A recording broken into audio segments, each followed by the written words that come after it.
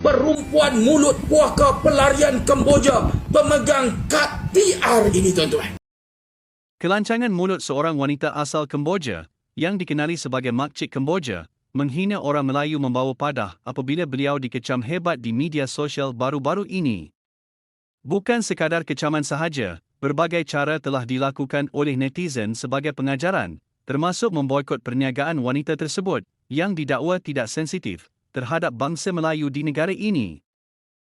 Dalam pada itu, 14 laporan polis telah dibuat di Balai Polis Melaka, supaya siasatan dilakukan ke atas Makcik Kemboja dan dikenakan hukuman setimpal jika didapati bersalah. Di dalam satu video yang tular di TikTok semalam, aktivis masyarakat terkenal, Ustaz Sofyan, tampil menyeru rakyat Malaysia supaya memboikot produk-produk keluaran kilang Makcik Kemboja itu. Saksikan.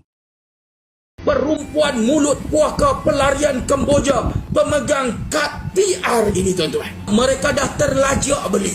Siapa pun tak tahu, sebab ini adalah mulut puaka mempunyai hati paut yang busuk ini.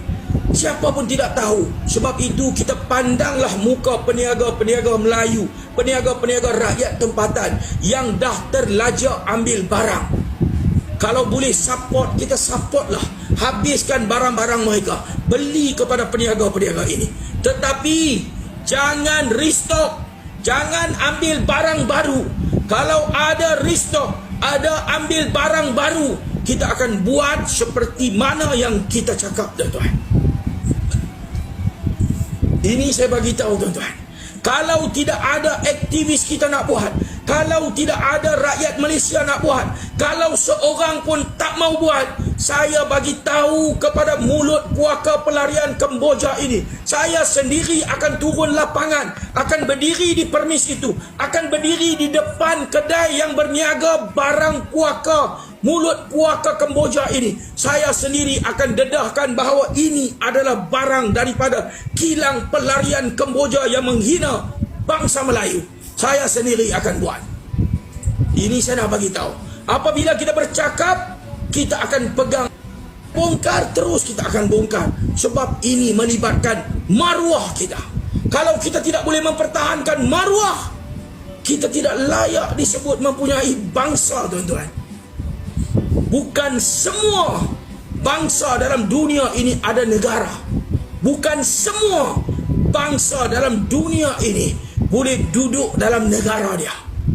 Tetapi kita masih mempunyai bangsa, kita masih mempunyai negara, kita masih bebas dalam negara kita. Sekali-kali kita tidak akan biarkan bangsa pelarian yang merempat dalam negara kita. Bangsa ini bangsa yang dihalau daripada negara mereka, datang merempat dalam negara kita, menghina negara kita, tuan-tuan. Apakah kita akan terus nak bertoleransi, nak tolak ansur, nak tutup mata, nak menerima mereka ini? Tidak, tuan-tuan. Kita tidak akan sama sekali, tidak akan ada budi bicara. Minta maaf, yes, kita maafkan. Tetapi support, tak akan support. Minta maaf, dia nak minta maaf, kita tidak boleh halang. Silakan minta maaf. Nak beri kemaafan atau tak beri kemaafan, ini adalah hak kita. Kita bukan dengki, tetapi orang ini kita tak perlu support. Ini adalah menunjukkan hati perut mereka. Apa yang mereka cakap menunjukkan jiwa mereka. Apa yang mereka cakap menunjukkan busuknya hati perut mereka. Ini, tuan-tuan. Golongan-golongan ini sebenarnya mereka tidak akan berikan bangsa kita ini maju dalam negara kita.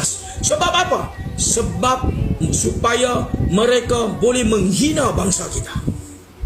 Sekarang ini kain-kain sedang dibeli, diorder masuk dalam kilang. Proses untuk buat persediaan hari raya dah bermula sekarang.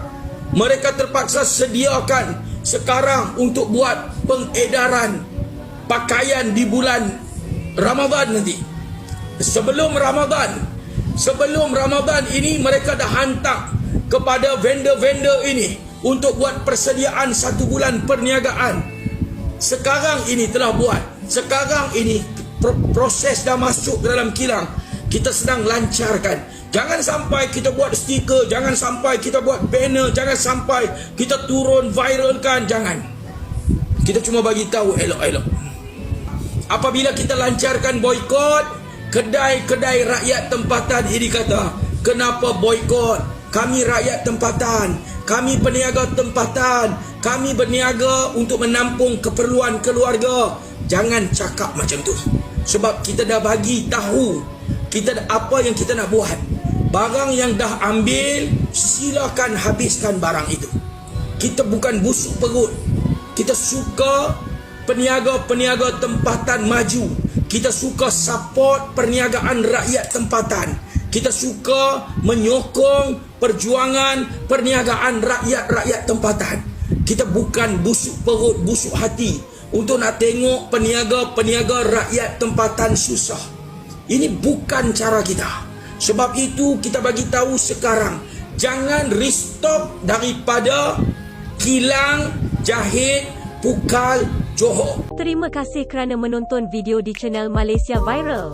Sila share, like dan subscribe supaya anda tidak ketinggalan menonton video-video selanjutnya.